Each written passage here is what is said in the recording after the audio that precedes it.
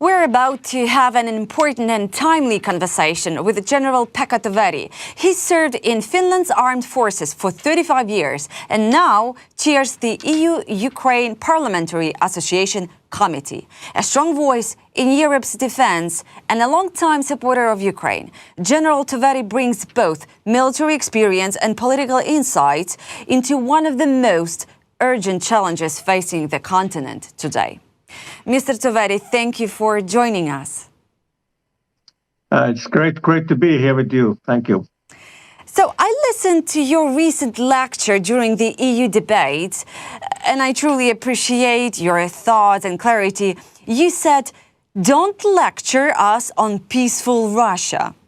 Why do some countries still believe that it's possible to appease a dictator, to negotiate with an aggressor who kills children simply because they are Ukrainians? Where does this illusion come from, and how dangerous is it for Europe's long-term security? Well, that's a good question, and I think that our big problem is that people don't read enough history. For us Finns, it's very easy. Last 400 years we've had something like 30 wars with Russia. We know that the attack always comes from that. We know how Russia acts as the most imperialistic country in the world. But I think that further you go away from Russian borders, less people understand how Russia behaves, and they see and try to think Russia as a normal state and government, which it's not. What it is a bit difficult to understand that many European countries have a history of dealing with dictatorships during the Second World War, for example, and they haven't learned anything from that time. For example, how to handle Hitler. They tried to do appeasement, even though history shows that you can't appease dictators. Yeah, true. So it means like the further you're from Russia, the more you try to appease Putin. Or is that correct? That is correct. They seem to believe in the Western Europe that you can negotiate with Putin, that you can make a deal with him which he would hold, and they don't understand that. Well, Putin has his own vision, his own targets, and he hasn't giving up any of those. Plus, that you can't trust any of his promises because he has broken all his agreements so far. And what are the consequences with that approach? Well, the consequences is that since Western countries don't understand that the only way to handle dictators like Putin is to use force, we haven't supported Ukraine fast enough and not big enough amounts of support so that Ukraine could win this war. If Ukraine would have gotten already 2022 all the support that's been given it during these 3.5 years, the war would have ended already because the Russian armed forces autumn 22 were on their knees totally. But since in West people think that, well, we can't provoke Russia, we have to think about how we support Ukraine so that we don't cross any red lines. We've given Putin time to recover from all these losses and created the situation where the war just continues. Yeah, Mr. Toveri, speaking about Ukrainian military strength, how do you evaluate the Ukrainian armed forces' latest successful actions, and what do they signal about Ukraine's current battlefield capabilities and resilience? Well, it tells that Ukrainian armed forces are excellent in innovation, using technologies in very innovative way, thinking ways to surprise the Russians. Plus, then in the front lines, the Ukrainian armed forces have shown huge resilience and stamina, continue fighting even though they are facing overwhelming odds. I'd say the biggest message is that Russia is not about to win, and Ukraine is not about to lose this war. But what we should do, again, is from Western side is to double our support to Ukraine, for example, because continuing supporting Ukraine in this current level just means that war tracks on because we don't give Ukraine enough measures, tools to win this war. Yeah, but I've heard the idea from Western journalists and analytics that these successful missions of Ukraine, it will not change anything like serious on the battlefield, but it has a serious psychological effect. Do you agree with that, and why? Yeah, I totally agree. Russia is using these strategic bombers mainly to send missiles to hit Ukrainian civilian infrastructure and to kill civilians. It doesn't have too much effect on Ukrainian armed forces military capability. But the fact that you were able to hit thousands of kilometers inside Russia and their most valuable strategic assets this easily creates shockwaves through the Russian armed forces and Russian government. They've been paranoid already. They will be even much more paranoid because now everything, every single truck can be a platform for attack against them. So this will tie up a lot of their resources to internal security, which hopefully are away from the front lines. Yeah, and based on your assessment, how close is Ukraine to becoming military independent? Is this a realistic scenario in the near future? Well, I wouldn't say it in the near future. It will take several years, and I think that another area where West could support more. Ukraine has done wonderful things with your defense industry. You have increased the capacity of your defense industry over 30 times in 3.5 years. Meanwhile, in West, we are still talking about it.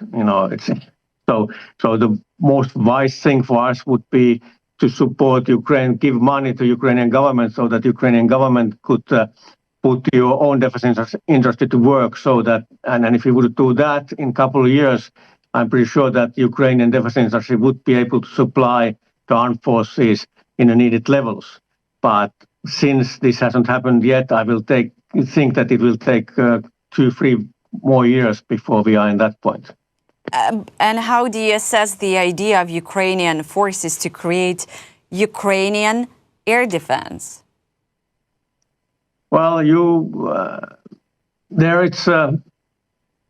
I think that again, the same thing that you have good grounds for that. You've used in the beginning of the war, the Ukrainian armed forces used its old Soviet air defense capabilities, S-300 systems and Buk systems and so on, very successfully denying Russian air forces the possibility of taking air supremacy over Ukraine, which was a great achievement considering the odds. Some of the most capable Western systems, like Patriots, starting to develop those kind of systems or building those kind of systems in Ukraine. I think that might take a little bit more time and effort, and it would require the technological changes and movement this technology to Ukrainian defense industry. So it would take a little bit more time, I think. But it's not like mission is impossible, right? No, it's not a mission impossible. And the fact is that most of the aerial targets hitting Ukraine, like cruise missiles, the Shahed, like UAVs, and so on, they are downed by Ukrainian armed forces with the weapon systems that Ukrainian defense industry can build. The biggest problem is kind of like ballistic missiles, where you could require high-end air defense system like Patriot. So those systems are a bit more demanding to build. And speaking about the support of Europe, more concrete, what steps should Europe take next to support Ukraine? Military, politically, economically? Are EU institutions moving fast and decisively enough from your perspective? Well, my personal view is that we are moving far too slow. I think that current discussion is that if United States withdraws its support, we have to replace it. And my message in the Parliament and to European Union Commission has been that replacing the American support is not enough. because that would mean that we just continue supporting at the current level, which has created a long war, which bleeds Ukrainians to death slowly. No, we should double the support so that Ukraine has a capability, as I said, to win this war fast and stop the killing in the front lines. But same time as we should increase the support to Ukraine, direct support to Ukrainian civilian society, direct support, military support, and funding for Ukrainian defense industry, we should also go to offensive, attack the Russian capability to wage this war through much tougher sanctions.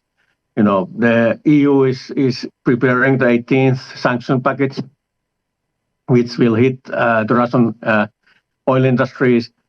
But all these packages, in my opinion, are too slow and too little.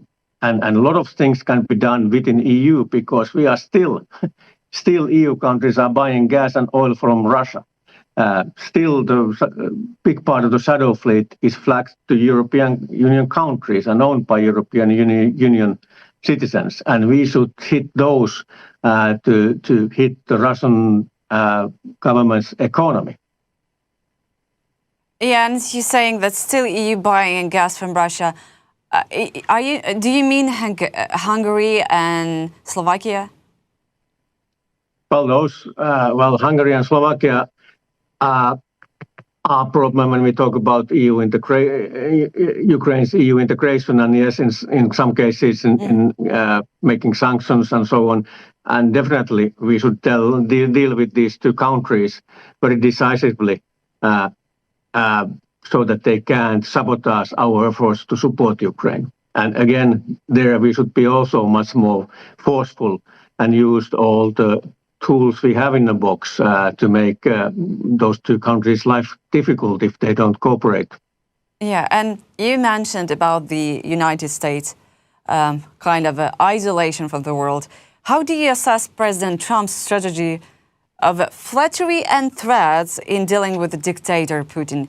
Did you personally expect this kind of behavior from the United States president?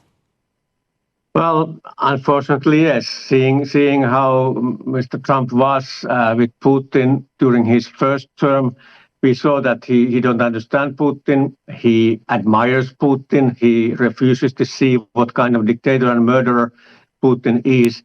And problem is that his second government is filled with people who don't have same kind of background and as Trump's first administration had. In the first administration, you had many seasoned generals who knew very well Russia and how to handle Russia. Now there are people who don't have any background in security and defense or any background about Russia, so they don't even give proper advice to Mr. Trump. On the other hand, on the American Senate, in the Congress, in the Senate and House of Representatives, there's a strong will to support Ukraine, and people, the senators and representatives, understand the Russian threat much better than Trump's administration. So hopefully, the great sanction package that Senator Graham in the U.S. Senate is working with can be put into effect in the coming weeks, because that would be really a big kick